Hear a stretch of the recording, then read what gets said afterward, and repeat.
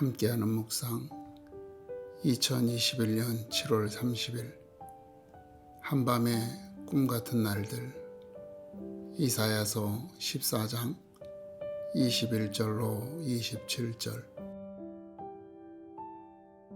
너희는 그들의 조상들의 죄악으로 말미암아 그의 자손 도륙하기를 준비하여 그들이 일어나 땅을 차지하여 성읍들로 세상을 가득하게 하지 못하게 하라.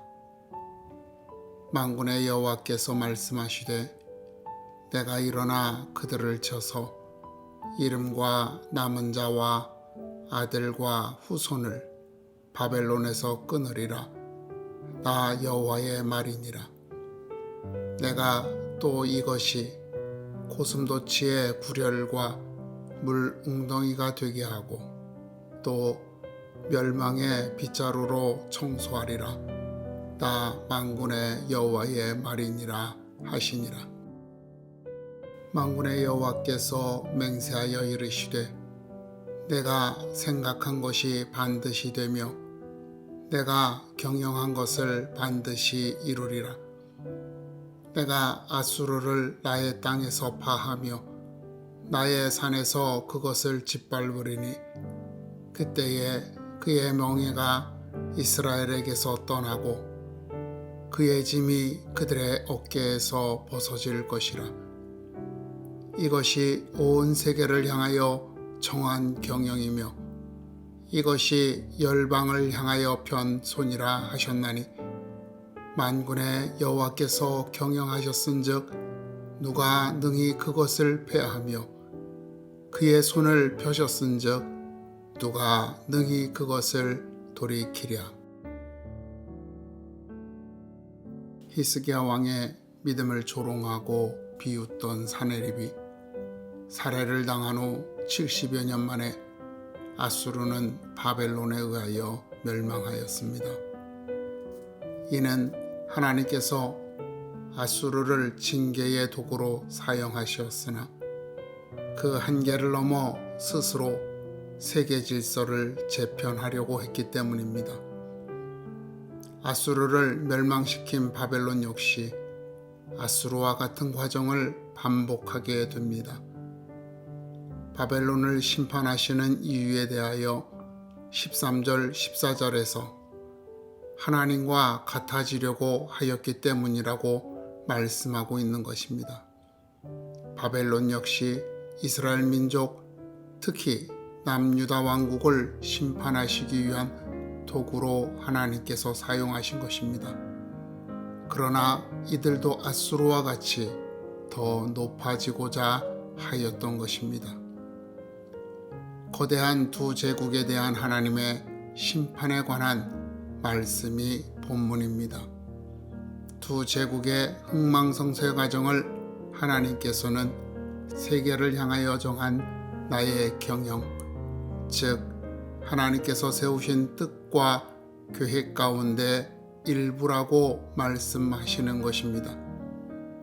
하나님께서 세상을 창조하시고 다스리시는 목적은 홀로 영광을 받으시기 위함입니다. 그 영광을 위하여 하나님께서는 이스라엘을 택하셨습니다. 그들로 하여금 하나님의 인자와 자비, 사랑과 은혜를 깨닫고 하나님을 찬양하도록 하시고자 계획하신 것입니다. 그러나 이스라엘은 하나님의 계획에 순종하지 않았습니다. 이에 하나님께서는 이스라엘을 훈육하시고자 아수르와 바벨론을 사용하신 것입니다. 이 목적을 이루었을 때, 그리고 그들 스스로 목적으로부터 벗어나 죄를 범하였을 때 하나님께서 그들을 심판하신 것입니다. 그러므로 하나님께 온전한 찬양과 영광을 드리는 성도는 두려워할 것이 없습니다. 모세는 자기의 뒤를 이어 이스라엘을 이끌어갈 여호수아에게 강하고 담대하라, 두려워하지 말라, 그들 앞에서 떨지 말라라고 말합니다. 이는 하나님께서 여호수아보다 앞서 가시며 적들을 멸하시고 그를 인도하실 것이기 때문입니다. 그렇게 여호수아는 하나님의 말씀을 따라 나아갈 때 두려울 것이 없었던 것입니다.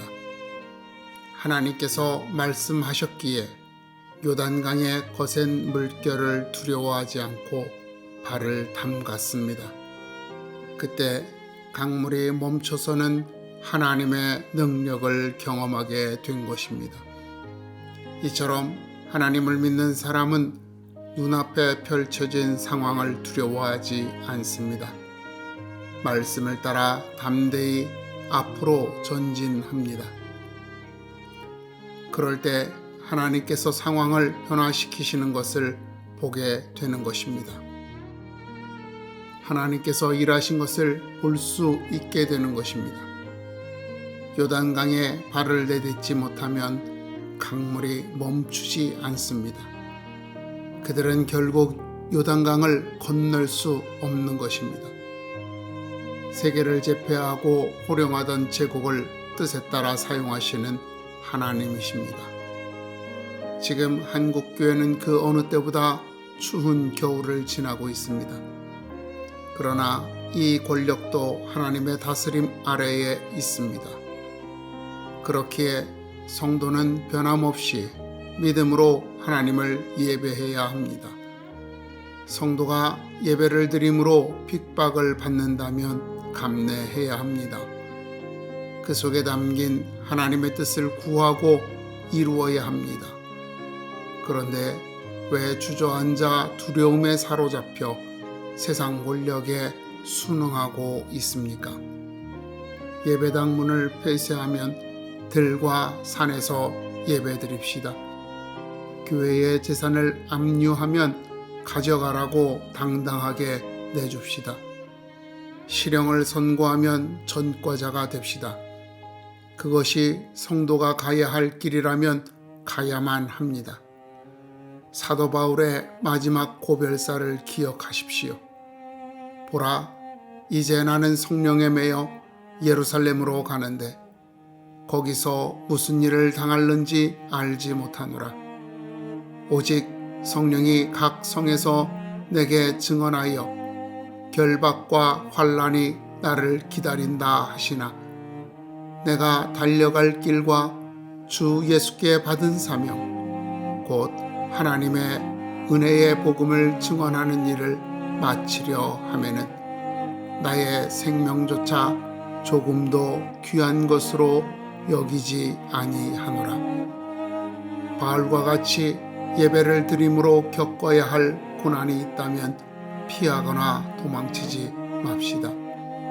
생명을, 재산을, 체면과 자존심, 직장을 지키기 위해 예배를 멈추지 맙시다.